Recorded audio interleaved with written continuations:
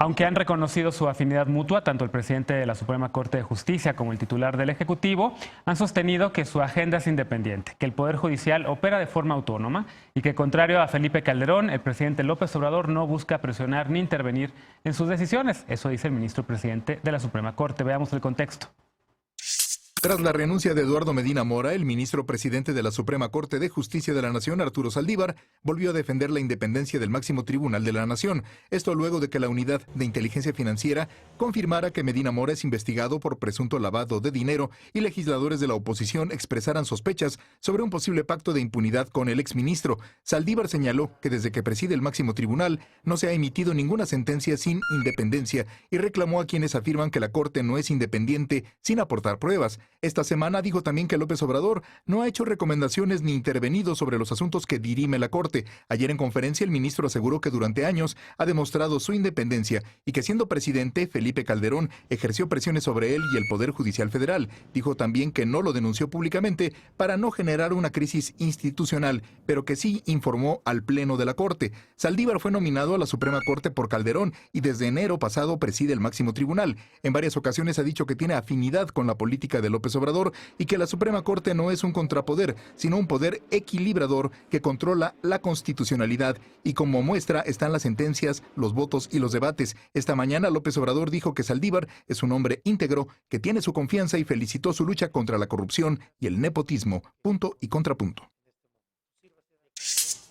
Primer tema a discutir esta noche de viernes y hoy me da mucho gusto que nos acompañe Ana Micaela Alterio, es doctora en Derecho y académica en el ITAM. ¿Cómo estás? Bienvenida. Gracias, muchas gracias. Al contrario, también está con nosotros Horacio Armando Hernández Orozco, él es magistrado de circuito. ¿Cómo estás? Buenas noches. Muy bien, buenas noches, gracias. Al contrario, Itzel Checa, coordinadora del Observatorio de Asignaciones Públicas. Ahorita les contamos de qué se trata eso. ¿Cómo estás, Itzel? ¿Qué tal? Buenas noches, encantada. Bienvenida. Y también Gonzalo Sánchez de Tagle, regresa a la mesa, abogado constitucionalista. ¿Cómo estás, Gonzalo? Muy bien, Genaro, muchas gracias. Gracias a los cuatro, por cierto. Hoy llegué tardísimo a la grabación, me estuvieron esperando y me da mucha pena con ustedes, pero gracias por haberme esperado. Bueno, empezamos con este tema de la autonomía del Poder Judicial. Tú estás en el Poder Judicial, lo conoces muy bien, en efecto, en teoría y práctica, digamos. Y si hay siempre esta discusión de si él debe ser independiente o autónomo del Poder Ejecutivo. El Ejecutivo pues propone una terna, sobre todo para la Suprema Corte de Justicia, personajes que pueden ser afines o no. De repente vimos esta discusión que se hizo pública, o que lleva varios años siendo pública, del ministro Saldívar con el expresidente Calderón, en donde presuntamente recibió presiones en ese sentido por el tema de guardería ABC, por el tema de matrimonio igualitario, por el tema, ¿cuál era el otro? Guardería ABC y Florence Cassé, por supuesto, ¿no? ¿Cómo ves este tema? ¿Cómo se puede preservar la autonomía de la Corte? ¿Está en riesgo ahora? No, de hecho, el Poder Judicial, en términos generales, no únicamente la Corte, sí es un poder autónomo. Si hay una autonomía en las resoluciones, también hay independencia. Habrá casos aislados, no lo podríamos negar en ese sentido, por la cantidad de asuntos que son, la cantidad de jueces y magistrados que lo integramos. Obviamente sí se pueden dar ahí, pero cuando se den, hay que focalizarlos, hay que tenerlos, y en su momento si hay que sancionar a un juzgador, a un juez, un magistrado, hay que hacerlo. El caso de las presiones que se pueden tener por lo que es a los ministros, podría darse. El detalle es la cuestión si ese ministro, ese juez o ese magistrado, en realidad se deja presionar, se deja intimidar. Eso es lo fundamental. Las presiones puede haberlas. Es como decía San Agustín, tú no puedes evitar que un pájaro vuele arriba de tu cabeza. Lo que sí puedes evitar es que anide en tu cabeza. Entonces, en ese sentido es lo que tenemos ahí.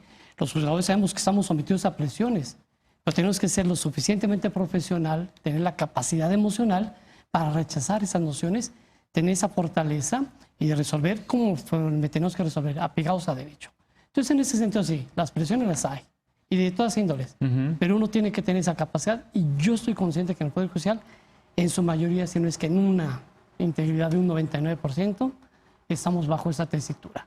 Entonces, la independencia, que tenga la confianza de la gente, del gobernado, del ciudadano, que sí hay la independencia. Resolvemos conforme a derecho. Así definirás independencia, resolver conforme a derecho. De entrada, fuera de las presiones, sí. Muy bien. Itzel, hay quien dice, el propio ministro Saldívar decía en su conferencia que dio esta semana que se recibe presión de parte de sociedad civil, ¿no? Que vamos también de repente a hablar con los ministros de algún tema de interés, que se recibe presión por parte de empresas, que se puede recibir presión por parte del mismo Poder Ejecutivo y demás. ¿Está bien que vayamos como sociedad civil también a hablar con los ministros? ¿Por qué sí, por qué no? ¿Dónde ves el peligro de la autonomía y la independencia del Poder Judicial? Pues me parece que en un proceso democrático el diálogo siempre es sano, ¿no? Y me parece que también la apertura en términos de escuchar las distintas perspectivas, pues ayudará a las resoluciones que haga la Suprema Corte. A mí me gustaría como enfatizar como 5 elementos, ¿no? Que hemos visto, digamos, desde el Observatorio de Designaciones, que son, digamos, la tentación que se tiene para influir en las Cortes, en este caso en la autonomía o en la independencia judicial. Y entonces veamos que un mecanismo, ¿no?, que luego se utiliza es justamente alterar su tamaño, ¿no? Esa es como una forma en términos donde se quiere, ¿no?, tratar de meter, de influir. La otra es si esta el uso... reforma, por ejemplo, de hacer una nueva sala para crear nuevos ministros que fueran afines al presidente. Por ejemplo, ahora, ¿no?, hemos registrado que hay 37 iniciativas en lo que va de esta legislatura, sobre todo en el Senado de la República, que tratan de modificar algunos de estos 5 elementos que ahorita compartiremos. Sí. Uno tiene que ver con el tamaño de la sala, que digamos se pudiera leer desde esta óptica, pero otro también tiene que ver con el uso político, digamos, en términos de forzar renuncias, ¿no? Y entonces aquí hay un caso que también nos invita a reflexionar si está enfocado en ese sentido. La otra es cambiar los procedimientos de selección o remoción. Y una que vemos directamente desde el observatorio es nombrar a personas afines, cercanas al Ejecutivo, a distintos grupos políticos, económicos, de presión, ¿no?, incluso hasta pudiera ser religiosos, no ha sido el caso. O lo otro es tocar los presupuestos, disminuirle los recursos al Poder Judicial, o el tema de los salarios, que también son como discusiones. Y estamos, me parece, que en una coyuntura donde estas distintas 5 formas en las que se trata, digamos, formalmente, ¿no?, de influir, pues se pueden hacer presente con sus distintos matices, pero una me parece como muy importante es el nombramiento de personas que sí puedan ser afines al Ejecutivo, que lo que buscamos es que justamente no lo sean, ¿no? Porque de esa forma nos aseguramos que pueden actuar, digamos, sin dependencia, con mayor libertad y, digamos, tomando un ejemplo, ¿no?, como en un partido de fútbol, pues son los árbitros o las árbitras. Entonces, no queremos que que vayan a encaminarse, digamos, a favor de un partido o el otro, sino que en realidad lo hagan de acuerdo a las reglas que están establecidas, que en este caso, pues, es nuestra Constitución. Porque esa cercanía podría poner en peligro o en jaque la autonomía de la Corte. Sí, claro, porque entonces sus resoluciones ya están sesgadas, ¿no? Ok. Ahora en el siguiente bloque hablaremos justo de ese proceso. ¿Tú cómo lo ves desde la academia? Evidentemente, esta relación entre los 3 poderes que son contrapesos, que mantienen cierta autonomía, que los jueces toman sus decisiones lejos de las presiones supuestamente ciudadanas. El poder más, ¿cómo decía Jefferson? ¿No? El poder más... menos peligroso. Madison, no Jefferson, justamente no Jefferson. Es que yo creo que acá, y por primera vez desde que yo estoy en México, que no es tanto tiempo, pero por lo que he estudiado, creo que desde que se creó la Corte en el 94, como su configuración actual, se están dando unos debates que en términos académicos son desde que nació el constitucionalismo, digamos, y que no sé si se hacen explícitos. Y es que todo arreglo institucional tiene sentido cuando responde a una teoría política.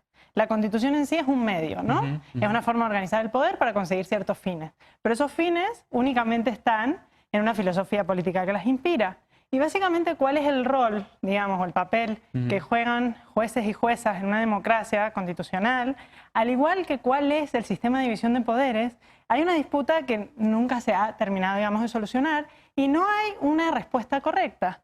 Y yo creo que lo que ha pasado, digamos, a partir del cambio tan drástico de gobierno, es que se están activando otro tipo de formas de aproximarse al derecho constitucional que no han sido las que clásicamente al menos se han tomado como las correctas. Entonces, acá hay una cosa que para mí es una confusión y es creer que la independencia pasa por ser necesariamente un órgano contramayoritario. Y eso no es así. De hecho, justo nombrabas a Jefferson, pero en realidad era Madison, y ni siquiera Madison. Hamilton, que fue uno de los federalistas conservadores, creían que realmente el papel de la Corte era ser un freno al poder, limitar al poder, y esto es una concepción tremendamente liberal que considera que el Estado es la principal amenaza a la libertad, por lo cual hay que tener un Estado totalmente limitado. Pero esa no es la visión que ni siquiera la que ha primado en todo el mundo, pero tampoco necesariamente la única.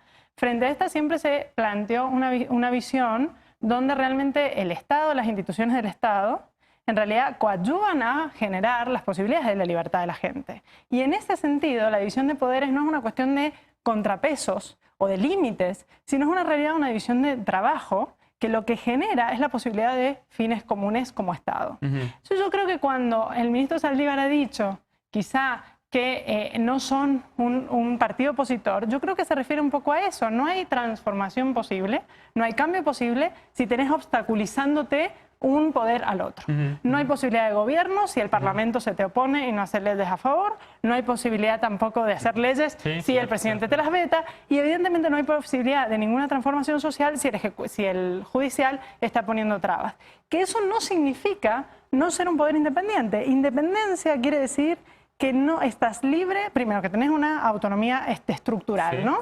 Y después que estás libre de presiones o de intromisiones en la forma de juzgar. Se puede ser perfectamente independiente, juzgar de acuerdo a la Constitución y, sin embargo, estar de acuerdo con una política de transformación social porque considerás que los problemas que ha detectado el poder político son los problemas que hay que hacerle frente. Digamos que creo que ahí se ha mezclado y se ha insistido mucho con que la Corte tiene que ser un órgano contramayoritario.